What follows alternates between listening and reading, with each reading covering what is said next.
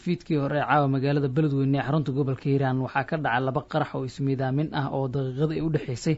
qaraxii ugu horeeyay waxaa lagu beegsaday Allah u naxariistay xildhibaan Aamine Maxamed Cabdi oo ka mid ahayd baarlamaankii 10aad iyo 9aad ee dowladda federaalka ah ee Soomaaliya, haddana sidoo kale ahayd murashax u taagan kursiga ay ku fadhiday ee hoob 135. kursigaasi waxa uu ahaa kursi doorasho kan ugu adag ee yaalla magaalada Beledweyne ee gobolka Hiiraan. doodo ayaa wajahaya dhowrkii maalmood ee la soo dhaafay iyadoo 2 jeer dib loo dhigay. waxay saayeen murashaxiin kale, waxaana geerideeda caawa ee lama filaan ku noqotay guud ahaan ummadda Soomaaliyeed, iyadoo warbaahinta Soomaalida iyo sidoo kale baraha ay bulshada ku kulmaan aad loogu hadalayo geerida xildhibaan Aamine. dhinacyo kala duwan ayaa waxay kiiskan sheegayaan inuu ku lug leeyahay arrimo siyaasadeed, halka qaar kalena ay qabaan inuu ku lug leeyahay kiiskii lagu dilay Ikraan Tahliil Faarax. qaraxa ka dhaca magaalada Beledweyne oo ismiidaamin ahaa kii hore waxaa geystay qof isku soo xiray waxyaabaha qarxa oo la sheegay inuu kusoo labisay dareeska ciidamada militariga dowladda federaalka ah ee Soomaaliya, waxa uuna ka dhacay gudaha xerada Lamagalaay oo ah halka ay ku taalo madaxtooyada maamulka Hirshabelle. doorashana caawa ay ka socotay, sidoo kalena ay ku yeelaan xarumaha dowlad goboleedka. xildhibaan Aamine waxaa la sheegay qayb ka mid ah xerada Lamagalaay oo ay deganeed inay ka soo baxday, isla markaana ay la socdeen dhowr askari oo ilaaladeeda ah. waxay ku wajahneed madaxtooyada, gaar ahaan halka uu joogo madaxweyne Cali Guudlaabe, laakiin ka hor inta aysan gaarin ayaa la sheegay in qof isku soo xiray waxyaabaha qarxa uu weeraray ama uu isku duubay, kadibna ay halkaasi ku geeriyootay iyada iyo askartii la socotay. waxar kadibna qarax kale ayaa ka dhacay aagga saldhigga, kaasoo la sheegay in isagana uu geystay khasaare xoog leh. waxyaabaha kale oo sababa waxaa ka mid ah in korontadii magaalada ay baxday. Cabdikariin Nuur Xasan wuxuu ka mid yahay dadka ku sugan Beledweyne, gaar ahaan la taliyayaasha madaxweyne Cali Guudlaabe ee madaxtooyada ku sugnaa ayuu ka mid yahay. wuxuu sharaxayaa sidii wax u dhaceen. bismillah, alxamdulilah, wasalaatu wasalaamu calaa ashraf al-anbiyaa wal mursaliin sayidina Muxamedin wacala aalihi Muxamedin wasaxbihi wasallam. inna lillahi wa inna ilayhi raajicuun. inna lillahi wa inna ilayhi raajicuun. inna lillahi wa inna ilayhi raajicuun. walaal, horta magaalada caawa waxaa ka dhacay qarax baa ka dhacay, 2 qarax ayaa ka dhacday waqti isu dhow. kolley hadda intaa wararkooda nagu soo gaarayaan gabadhii xildhibaanada ahayd oo haddana musharax xildhibaan ahayd oo Aamine ahayd iyo isna xildhibaan hore ahaan jiray, labadaas mas-uul waa naloo sheegay. kolley khasaare kalena waa jira, laakiin weli ma wada xaqiijin karno. haradu weli calashaan ma aan ahayn waqti aan wax badan ku kala ogaan. marka meelaha ay ka dhaceen qaraxyada xaggee way mudane? magaalada gudaheedii, gaar ahaan madaxtooyadiiba, mise meelo ka baxsan? walaal, waa Lamagalaay. horta marka aan rabo inaan bulshada ama dhegaystayaasha aan u fasiro, webiga marka uu soo galo magaalada Beledweyne wuxuu sameeyaa qaab xero camal ah oo ilaahay cilmigiisa ah. calashaan webigan saa usoo wareego xero camal ayuu sameeyey. xeradaasi iridda laga galo iyo dhexdeedaasaa marka waxaa la isku yidhahdaa Lamagalaay. madaxtooyada ayaday ku taallaa, xafiiska barasaabka iyo gobolka ayaday ku yaallaan, degmada ayaday ku taallaa, guryo kaloo martiya waa ku yaallaan. waa meel aad u weyn oo istaraatiiji ah. meeshaasaa marka madaxda stateka iyo kuwa gobolka iyo martida way degan yihiin. annaga ku dhawno halkaasaan joognaa wax ka deganayn. marka qaraxa koobaad oo gabadhu ay ku dhimatay, nin isdiyaariyey oo kolley gudaha soo galo, fursad u helay inuu gudaha soo galo oo dabcan uu uniformka ciidanka ku soo galay, ayaa jidka u istaagay. ninkaasaana ku soo booday oo markuu qabsaday inuu isku qarxiyey. gabadhu sidaasay ku dhimatay sida wararku nagu soo gaarayaan. ilaahay subxaana watacaala ha u naxariisto. gaari miyay saarneed marka mudan, mise waa qof lugeynaya waaxid? maya, way lugeynaysa. meesha ay deganeed oo ay ka soo baxday iyo meesha u socotay oo xaafiiska meesha madaxweynaha ayay degan yihiin oo maarata waa isu muuqdaan oo meel baawur loo kala raacmaa. adiga meelaan 100 mitir baan ka dheerayn. marka meesha jidkaasay dhex lugeynaysay. marka ewalow u diyaarsana meesha uu ku sugaay inay meesha rootiin ahaan meel caad u soo martay. qaraxa kalena ma isla goobtuu ka dhacay mise meel kale la beegsaday? nin qaraxa kale sida nagu soo meesha Lamagalaay laga soo galo oo saldhigga booliiska uu ku yaallo ayuu ka dhacay. qaraxaas khasaarihiisa weli ma aanan ogaanin. kolley waqti habeenana waa ahayd. annaga si gooni kaas noo saameeyey oo waxaaba korontadii naga tagto ilaa hadda gurigan udhaag waa naga damay. khasaarihiisana hadda xoog badan kama hayno, laakiin halkaasuu ka dhacay.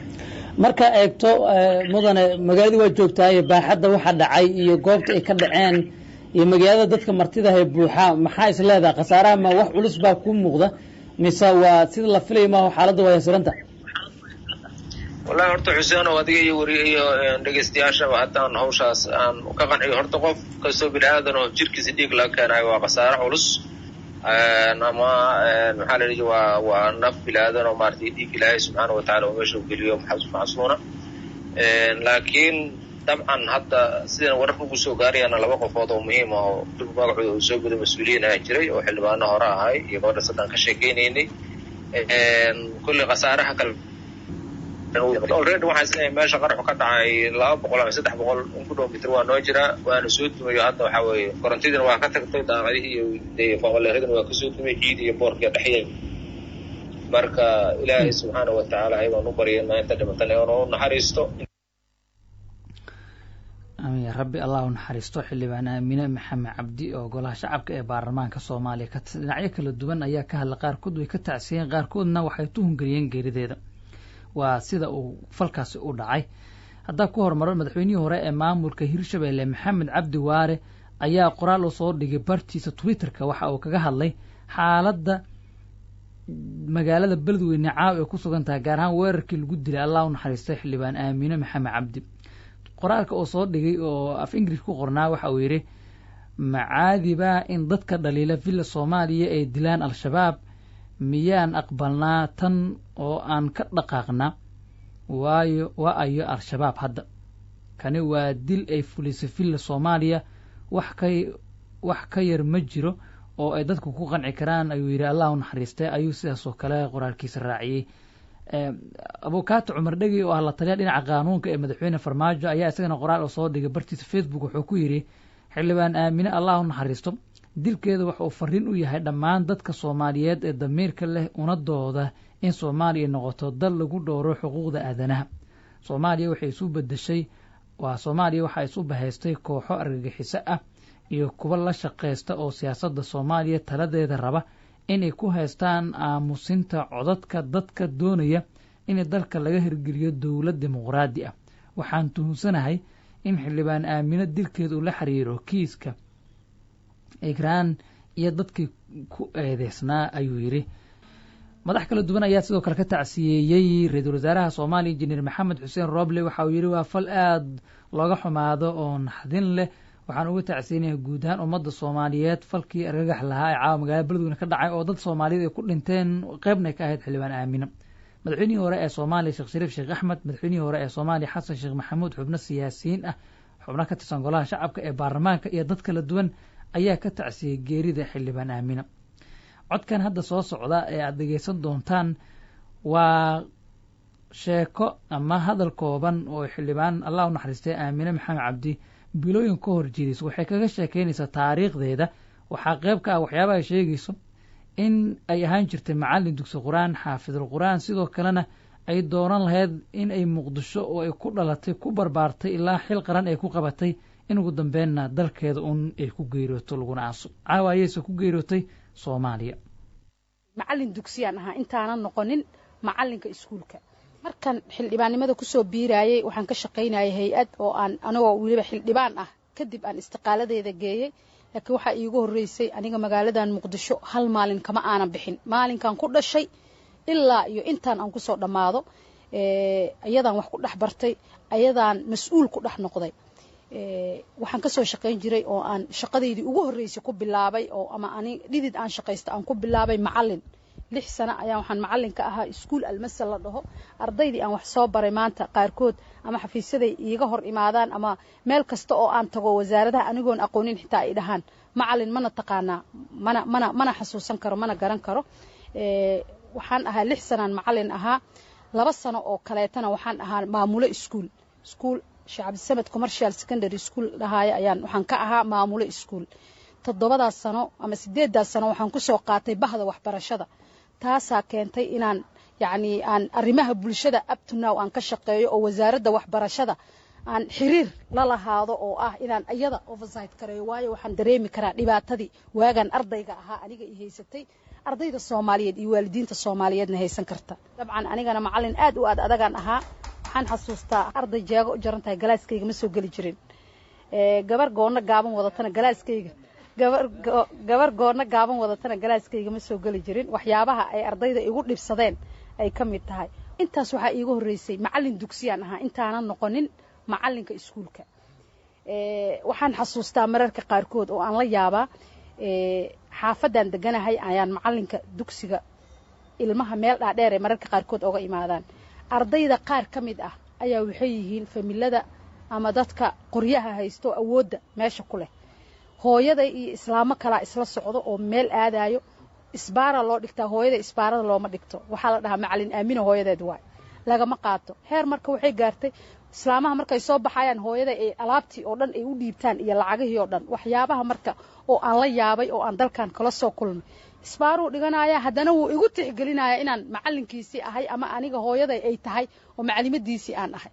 92 93 ahayd ilaa iyo 94kii. wallaahi markaas baahi badanaa jirtay. wiil miyaa mise gabar miyaa lama dhihi jirin. waxaana ognahay dadkeena Soomaaliyeed canuga marka uu dhasho waxa ugu horeeyooba lagu bilaabo canuga markuu 4 sano 5 sano gaaro waa dugsiga Quraanka. marka waxay la ahayd wax yacni ay u baahan yihiin ayaga. xilligaas waxa lagu jiray xilli aad u adag. iskuulka dugsiga waalidka cunuga guri dugsi ka fog ma gey karin, dugsiga u dhow geysana. marka wuxuu ku qasban yahay dugsigan gabaraa joogta ma dhahaaye dugsi meesha ma ku yaala wax ma laga dhigaya ayaa muhiimadooda ahayd. marka waana joogaan ciyaal badan oo aan soo quraan baray weliba laga yaabo hadda in ay yacni fiirsanayaan idaawanayaan oo aan qur'aanka soo baray. alxamdulilah waa ilaahana ku mahadsan. ka sokowna waalidkii i barbaariyey, heerkan isoo gaarsiiyey, qur'aanka i xifdisiiyey, igu dadaalay ayaa mahaddaas iskale. waxaan ka dhex shaqayn jirnay annagoo arday ah sidii dalkan horumar lagu gaarsiin lahaa, sidii dalkan uu dhibaatada oga bixi lahaa, sidii dalkaanayti ama ardayda naga dambaysa ay ku heli lahaayeen waxbarashada annaga helna waxbarasho ka fiican. waayo waxaan ognahay dadkii naga horreeyey 91kii wixii ka horreeyey waxbartay intuusan dalka burburin waxay wax ku soo barteen meel aad u qurux badan, waxay ku soo wax barteen meel nabad ah, waxay wax ku soo barteen waxbarasho isugu jirta lacag la'aan oo welina quality leh. intaba ma aanan helin annaga. dhibaato iyo burbur iyo dagaalan wax ku soo dhex baranay. waxaan ka shaqaynaynay marka annagoo oo tiim dhalinyaro ah in aan waxaan ka baxno. sidaan oga bixi karnana ay tahay dadku dawladda ku filanay in dawlad la helo. taasaa keentay inaan xildhibaannimo raadiyo, taasaa keentay inaan siyaasadda aan u dhondoloolo oo aan ka raadiyo meel laga soo geli karo. meesha maanta aan ku noolahay meel ka qiimo badan, ka qurux badan, ka wanaagsan oo aan ku noolaan lahaa ma jirto. meeshaan aan dooran lahaa oo maanta aan ku noolahay cimrigayga yacni hadda inta aan soo dhaafayna aan ku noolaa. marka soo bedelna ma rabo, in meel kale la ii bedelo ma rabo. marka intaan dooran lahaa Soomaaliyaan dooran lahaa, magaalada Muqdisho aan dooran lahaa. allah u naxariiste. taasi waxa ay ahayd aamine maxamed cabdi oo caawa qarax ismiidaamin ah oo ka dhacay magaalada beledweyne xarunta gobolka hiiraan lagu dilay iyada iyo askar kale iyo dad kale oo shacab ahaa. wixii warar ay ku soo kordhaa wararkeena barnaamijyadeena dambe ayaa ku maqli